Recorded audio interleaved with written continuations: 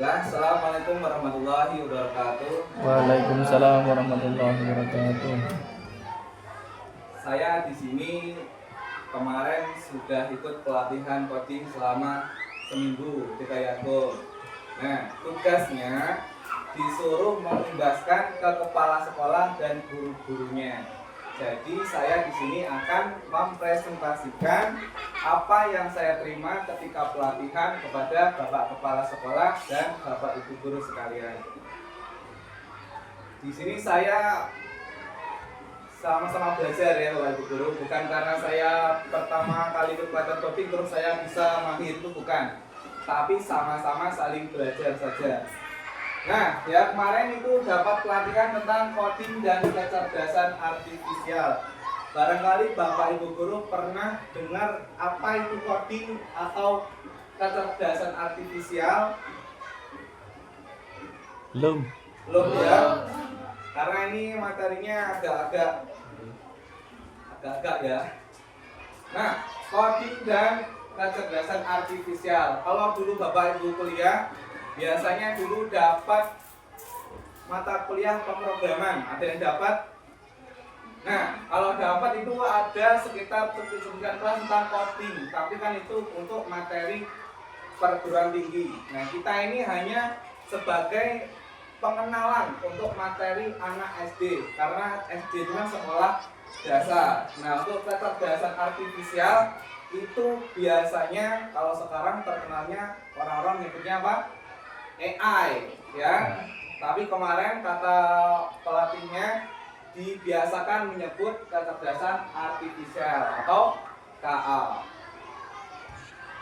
Nah, ini pengertian sekilas saja sepemahaman saya ya. Jadi coding itu apa? Cara memberi perintah kepada komputer agar bisa melakukan sesuatu yang kita inginkan. Itu coding ya. Biasanya pakai coding if atau else biasanya, tapi kita nggak praktek, hanya pengenalan saja atau bahasa sederhananya itu bahasa komputer ya. Coding itu bahasa komputer. Nah, kalau KA atau kecerdasan artifisial itu apa? Yaitu kemampuan komputer atau robot untuk berpikir dan belajar seperti manusia. Nah, Bapak Ibu guru pasti di sini pernah juga menggunakan KA ini, kecerdasan artifisial. Seperti apa biasanya? Kalau Bapak Ibu guru mau buat soal, biasanya pakai apa? Menggunakan Menggunakan ChatGPT. Nah, itu termasuk salah satu dari kecerdasan artifisial ya, ChatGPT. Biasanya kalau ada dapat bahasa Inggris, oh saya nggak tahu artinya, mau buka kamus susah ya, banyak yang buka, pakai aja Google Translate. Nah, itu juga termasuk salah satu dari kecerdasan artifisial. Nah, ini elemen coding dan kecerdasan artifisialnya. Kalau di SD kita nanti fokusnya ke yang ini ya, yang berpikir komputasional.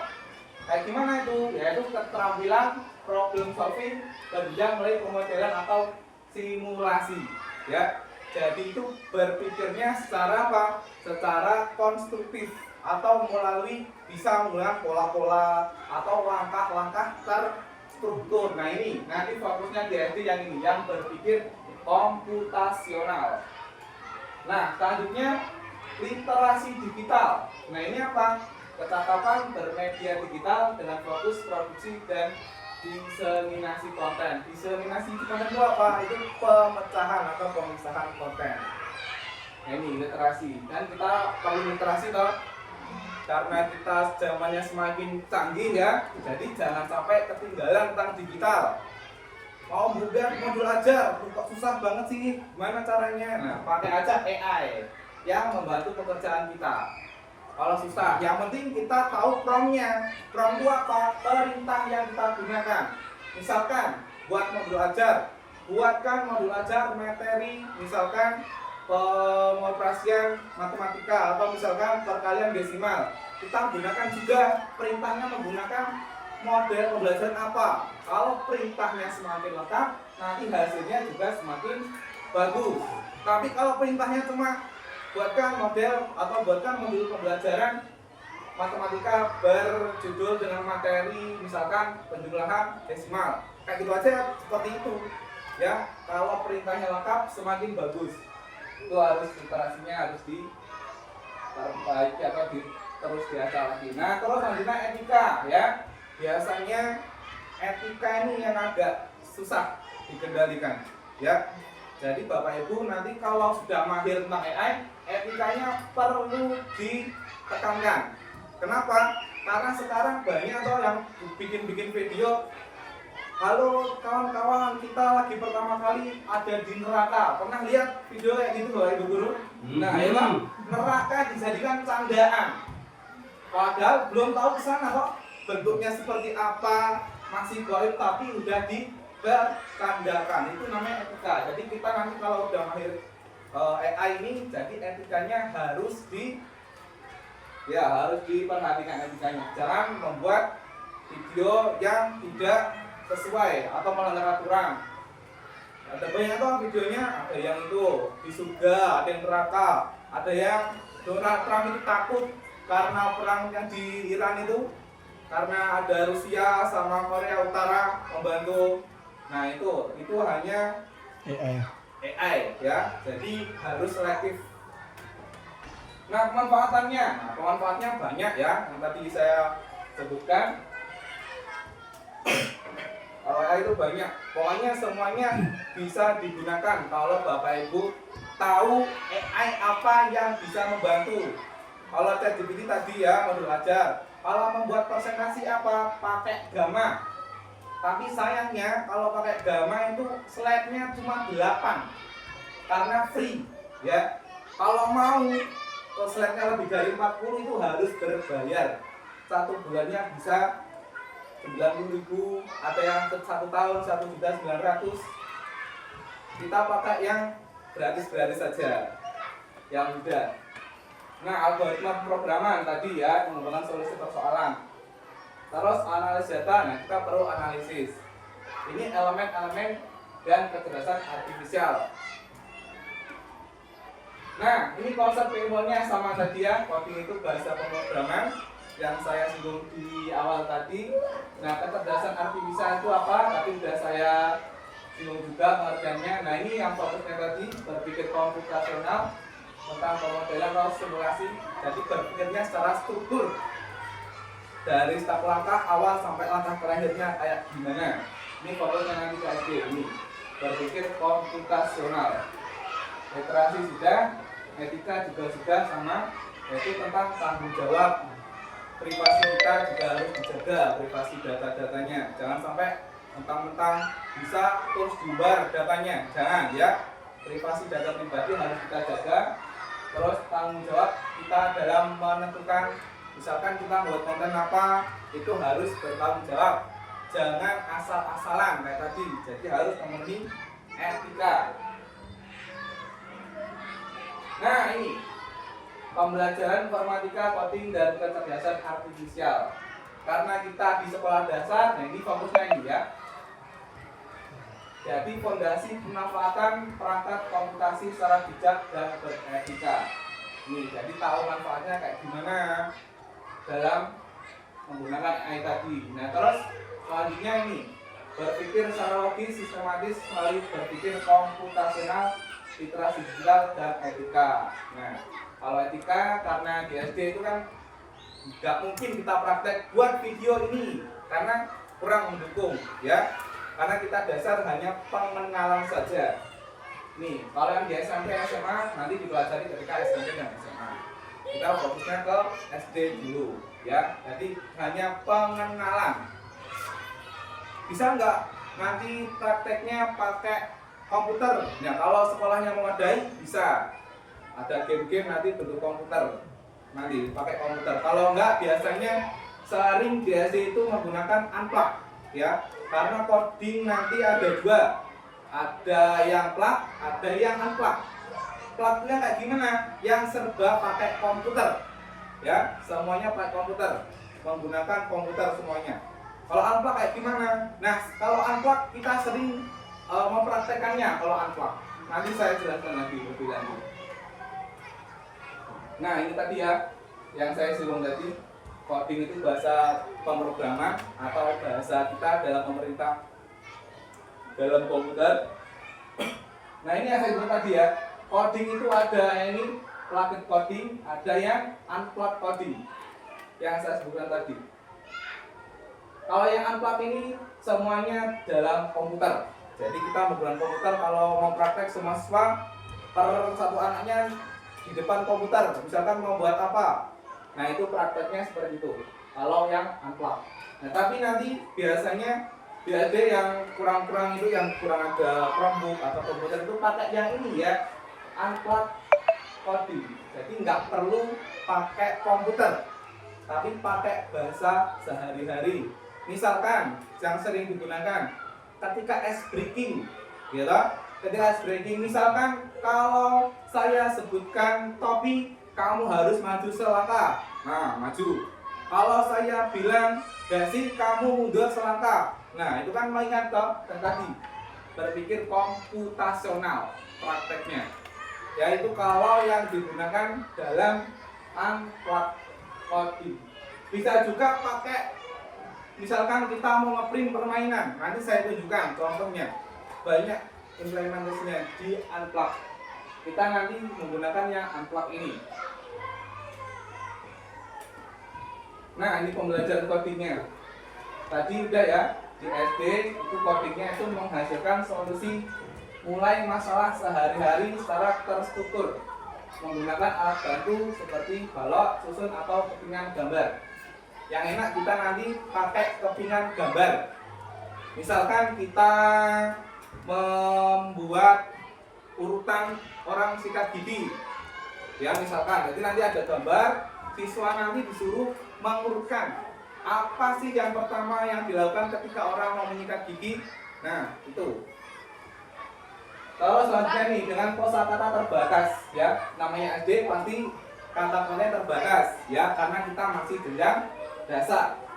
Nanti lebih lagi ketika MTS atau SMP, SMA, barangkali juga kuliah, kalau ambil yang pemrograman nanti makin mahir lagi, beda lagi kata-katanya, semakin kompleks. Selanjutnya yang ketiga itu menjalankan urutan instruksi bersyarat. Nah yang tadi, yang saya sebutkan tadi, baris berbaris menggunakan program berbasis balok, blok atau logia percabangan pengulangan. Yang saya sebutkan tadi, misalkan kalau sebutkan topi 2 kali, maju 2 langkah, terus dasi mundur 2 langkah. Jadi tergantung perintahnya. Nanti kita prakteknya di unplugged yang ini. Nah, ini pembelajaran coding. Jadi fokus ke di Jasmine itu yang pertama itu mengembangkan pemikiran logikal, meningkatkan keahlian matematika, meningkatkan kreativitas dan inovasi, mendorong pembelajaran langsung, mengembangkan keahlian dalam pemecahan masalah. Nah ini yang sering ditekankan, yang ini mengembangkan keahlian dalam pemecahan masalah. Karena kita itu di SD kelas ini yang digunakan yaitu kelas 5 dan kelas 6 atau kelas tinggi di fase C ya, tentang pemrograman ini yang coding ini. Nanti kalau kita belajarnya pakai laptop itu nanti bisa nih pakai aplikasi Blocky atau Smartstreet.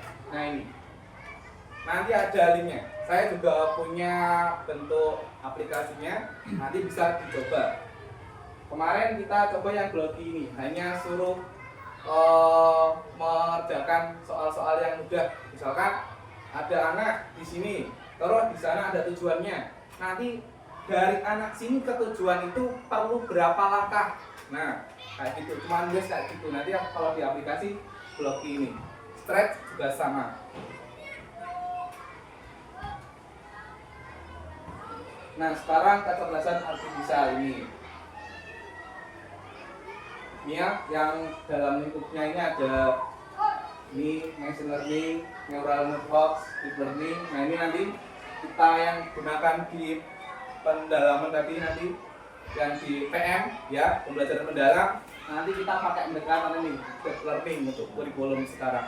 Jadi nanti coding atau KA ini dengan PM nanti saling berkaitan, Bapak Ibu guru. Ya, karena kemarin sudah codingnya, nanti tinggal pelatihan PM-nya, nanti saling berkaitan. Ini sama. Nah ini peta kompetensinya. Kita fokus di fase C, kelas 5 dan 6. Itu tentang penguasaan perangkat aplikasi kecerdasan artifisial, terus literasi dan algoritma tadi perintahnya, terus pemecahan masalahnya kurang ya, cuma fokus ke dua ini. Yang kelima apa? Ini kecerdasan etikanya yang perlu diperhatikan. Nah ini untuk materi coding dan KA-nya.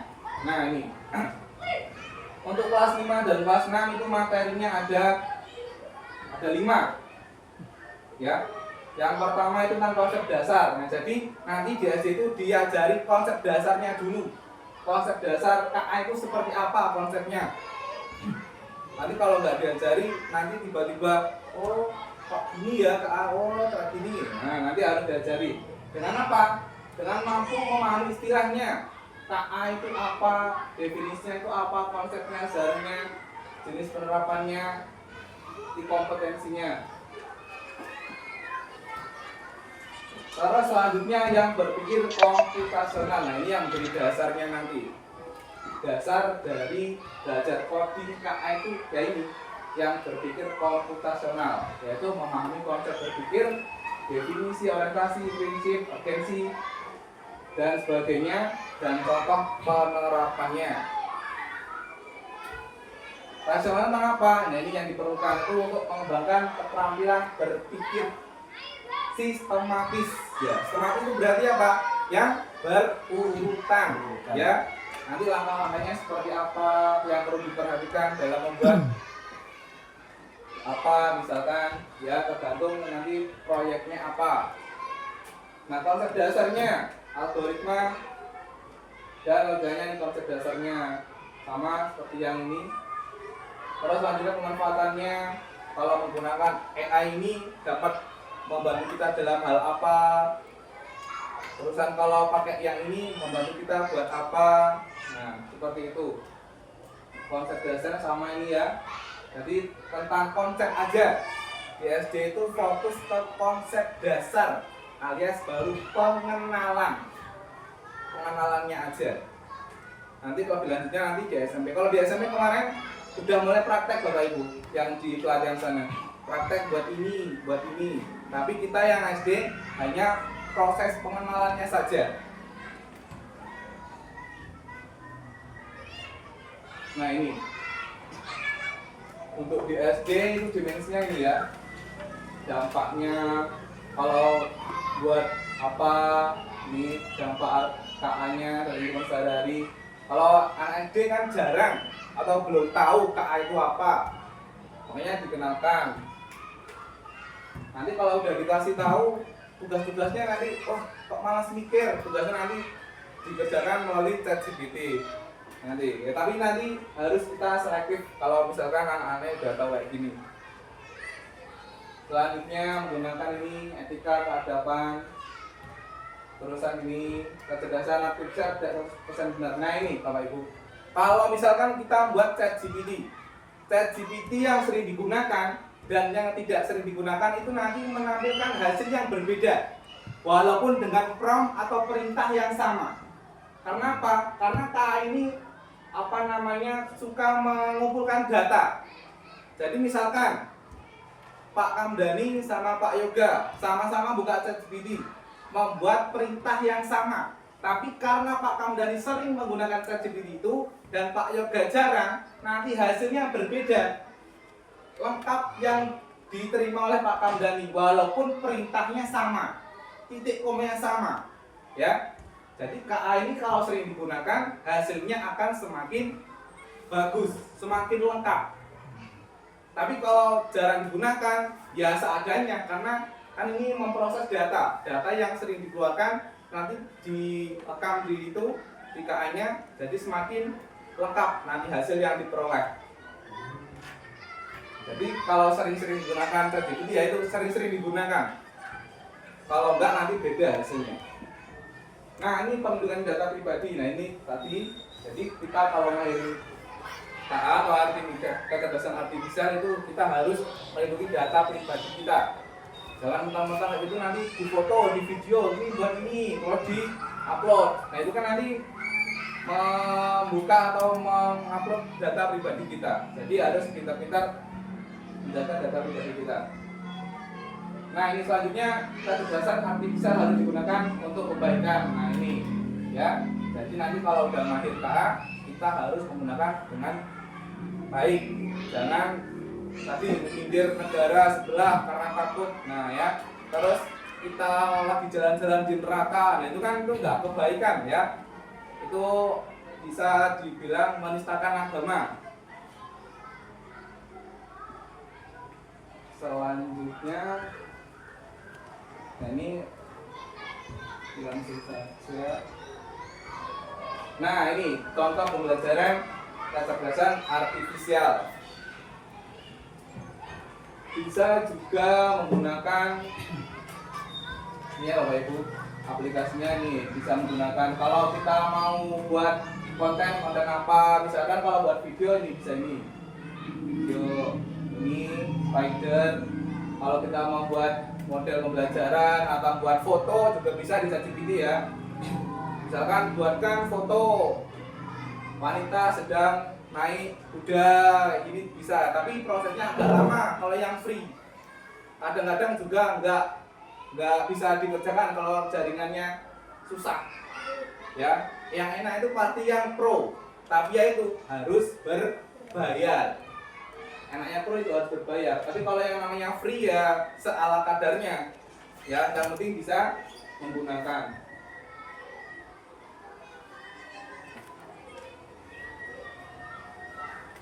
Kalau Bapak Ibu sering menggunakan, kalau sering presentasi misalkan pakai, biasanya kan kalau dulu pakai PPT ya, yang Microsoft PowerPoint itu. Kalau sekarang biasanya seringnya pakai apa? Pakai Canva. Ya, kenapa? Karena banyak itu apa namanya, mau model kayak gimana, foto yang kayak gimana, tinggal diklik di bacaan Canva itu ada semua lengkap. Tapi ya itu kita harus pintar berkreasi kalau di Canva. Kalau nggak pintar berkreasi, ya sama kayak di PPT PowerPoint itu, ya cuma biasa aja. Tapi kalau kita pintar kreasi nanti semakin menarik.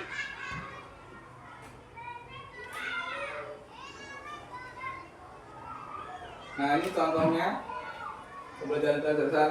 Ini yang pakai ini, bisa ini yang pakai unplug. Ini contohnya seperti ini. Misalkan ada anak ini disuruh itu aku bergerak 50 langkah. Nah, 50 langkah dari mana? Terus sampai tujuan rumah ini bagaimana caranya melewati jalan yang benar. Ini unplugnya seperti ini. Yang pakai, kalau di print di kertas ya, tapi kalau pakai laptop juga bisa. Ini nanti kan digerak-gerakan pakai laptop. Kalau mau di print seperti ini bisa, nanti dibuat jalurnya, mau ke arah sana nanti berarti rumah ini. Ini contohnya pembelajarannya. Jadi nanti pembelajaran KA ini menarik Bapak Ibu Guru kalau nanti langsung dipraktekkan. Kenapa? Karena siswanya itu nanti kayak gini ya, kayak permainan yang di unplug ini. Jadi nanti siswanya pasti akan suka untuk KA ini. Nah, ini strateginya. Kalau pembelajaran KA ini yang sering dihasilkan itu yang ini ya, PPL. Ya, PPL ini yang digunakan metode pendekatannya. Pakai PPL. Ada juga, pokoknya ada 3 nanti pendekatannya. Tapi yang sering dihasilkan itu pakai PPL ini. Project based learning.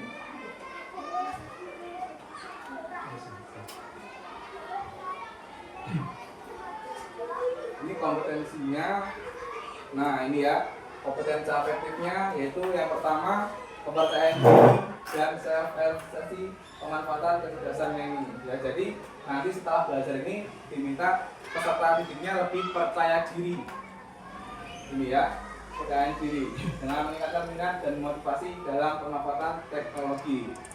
Nanti udah tahu ini, ternyata gunanya aplikasi ini buat ini kalau dikasih tahu. Jadi nanti kalau ada kesulitan, buka aja aplikasi ini untuk membantu tugas yang diberikan. Jadi lebih percaya diri, nggak minder. Selanjutnya ini pola pikir reflektif. Jadi nanti mengatur pola pikirnya. Jadi semakin bagus lagi pola pikirnya. Ini tadi tentang berpikir komputasional tadi. Jadi mengatur pola pikirnya nanti lebih terstruktur, sistematis. Nah, untuk penutupnya ini ya, ini kata-katanya bagus ini Bapak Ibu Guru. Ya, kurikulum hanyalah sebuah resep. Seenak apapun, jika toppingnya tidak mampu masak, maka masakan tidak akan enak, bahkan melenceng. Jadi kopi yang handal dan kreatif akan mampu mengadaptasi bahan lokal untuk menghasilkan masakan yang enak dan tidak melenceng. Nah ini kata-katanya bagus ya Bapak Ibu Guru. Jadi walaupun kurikulumnya udah bagus, tapi prakteknya gurunya nggak bisa mempraktekkan apa yang sesuai dengan yang dicantumkan di kurikulum itu, ya sama aja. Ya, jadi ya sama-sama. Walau kalau udah ada rencana bagus, gurunya prakteknya juga harus bagus. Jadi jangan babak kono. Nah kalau kayak gitu ya susah ya. Walaupun kurikulumnya udah dibuat sebagus mungkin, tapi prakteknya atau kopinya yang mengajarkannya itu babak, ya tahu sendiri lah. Nah itu mungkin presentasi yang dapat saya sampaikan untuk mengimbaskan apa yang saya peroleh dari pelatihan selama seminggu. Jadi saya tekankan ya Bapak Ibu Guru, untuk anak SD itu hanya sebagai pengenalan, ya mengenalkan apa sih itu KA, apa sih itu coding. Jadi prakteknya nanti kalau lebih dalam lagi ke SMP udah mulai praktek. Jadi yang penting tahu definisi KA, manfaatnya KA, contoh KA seperti apa. Nah itu. Jadi yang ditekankan itu seperti itu. Tentang kalau kita prakteknya ke yang akhlak tadi, tentang berpikir komputasional. Itu yang sering ditekankan di anak SD. Baiklah, cukup sekian. Saya Iri. Wassalamualaikum warahmatullahi wabarakatuh. Waalaikumsalam warahmatullahi wabarakatuh. Saya mau tanya Bapak Ibu. Cukup. Cukup.